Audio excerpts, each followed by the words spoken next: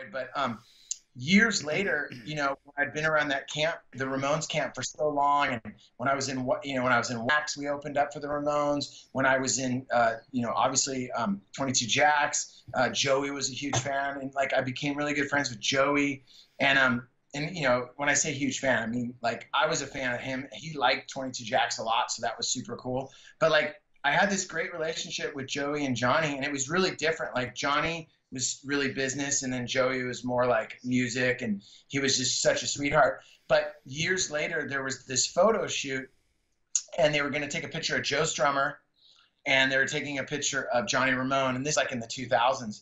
And Arturo came out, and at this point, Arturo was like at my wedding. Arturo like threw my engagement party. Like, he's just been a part of my life.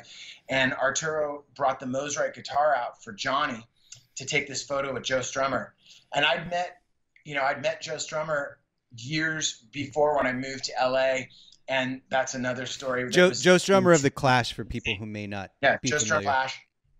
So we're sitting there, and there's this crazy moment where, I mean, you're sitting first of all, you're in the whiskey, and you're just like, okay, seen a million shows here. And then they're doing this photo shoot with Joe Strummer of the Clash and Johnny Ramone of the Ramones. And I think at that point, they hadn't seen each other in years. And I was there with Arturo. So it was just Arturo, me, the photographer, probably his assistant, and then these two iconic people that you're just like, it's like, if you're a Catholic, it's like, dude, I'm hanging out, Jesus rolls in, and then his dad shows up. And it's like, dude, what?